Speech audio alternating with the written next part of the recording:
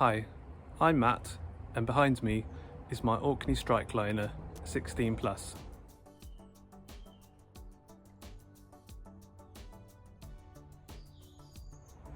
In the last episode, I showed you around the boat and started to polish the hull. Today I'll drill a hole in the hull for the bilge pipe and add new name decals.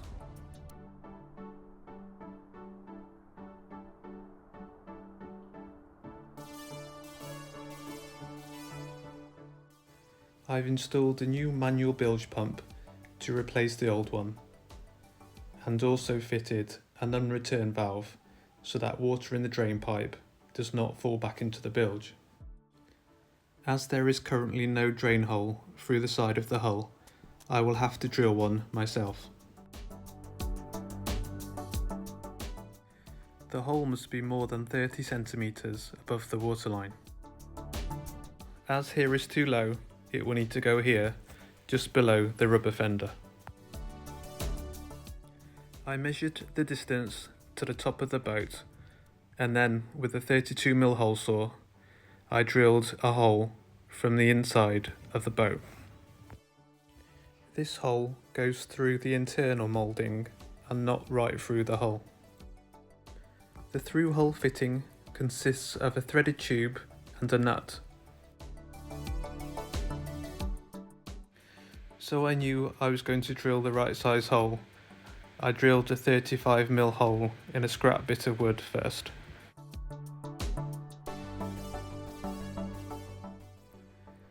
I continued the hole I was drilling inside the hull until the pilot drill showed through to the outside.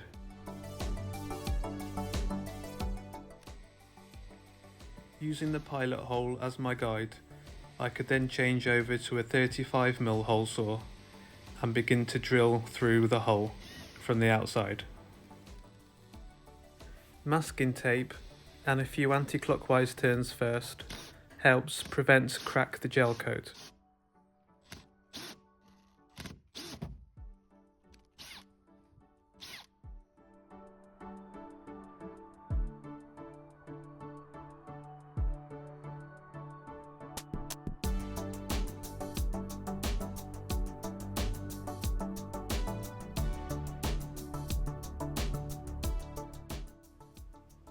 The through hull fitting is inserted through the hull and the nut from the outside. The nut must be between the hull and the internal moulding. Once the nut has been screwed onto the thread a few turns, the fitting can be pulled back out slightly. Some 3M marine adhesive sealant is applied in a bead all the way around the fitting. A second bead of adhesive is applied just behind the first one. The fitting can then be pushed through the hull whilst being turned slowly clockwise at the same time. This ensures that the silicone completely surrounds the fitting. The nut can be carefully tightened from the inside of the boat, whilst at the same time holding the fitting in the centre of the internal hull. The drain pipe is cut to the appropriate length with pipe cutters, and then a Jubilee clip is used to attach the drain pipe to the fitting.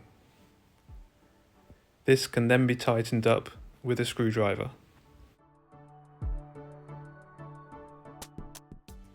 Finally, the excess sealant can be wiped off the side of the boat.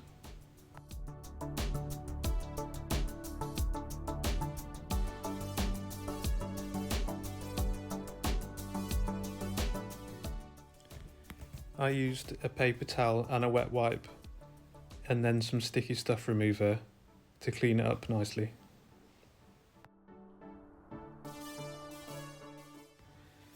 With the new drain hole now in place, the manual bilge pump system is complete.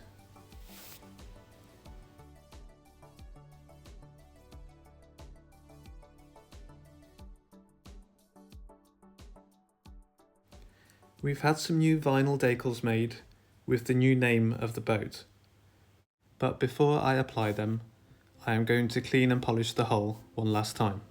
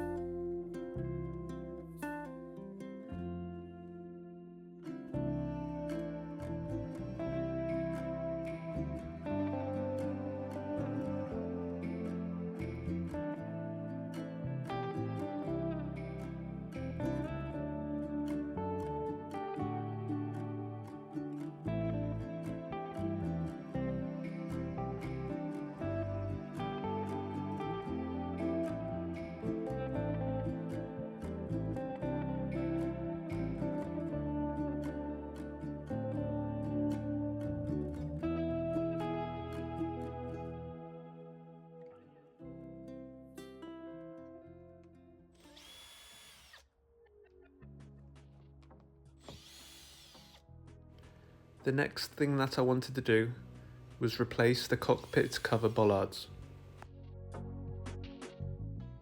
These are made of plastic and they had deteriorated and cracked over time. I removed all the screws that hold the bollards in place. There are 28 bollards altogether. And then I was able to clean the top side of the hull using a 3M boat wash.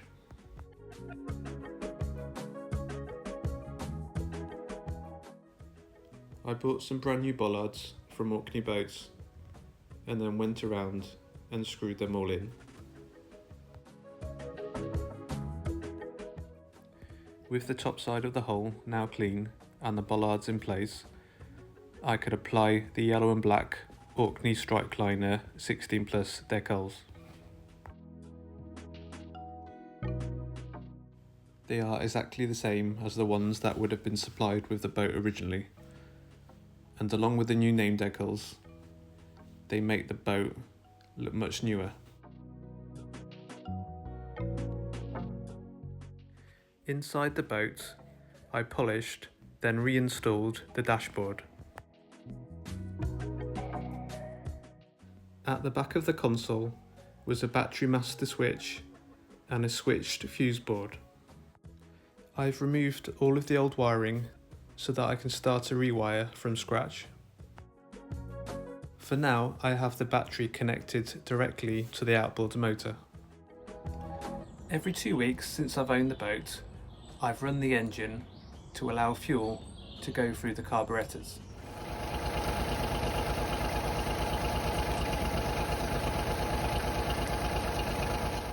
Modern unleaded fuel goes stale quite quickly, so I've also added fuel stabiliser to the petrol tank. In the next video, I will demonstrate the steps you need to go through to start the outboard engine.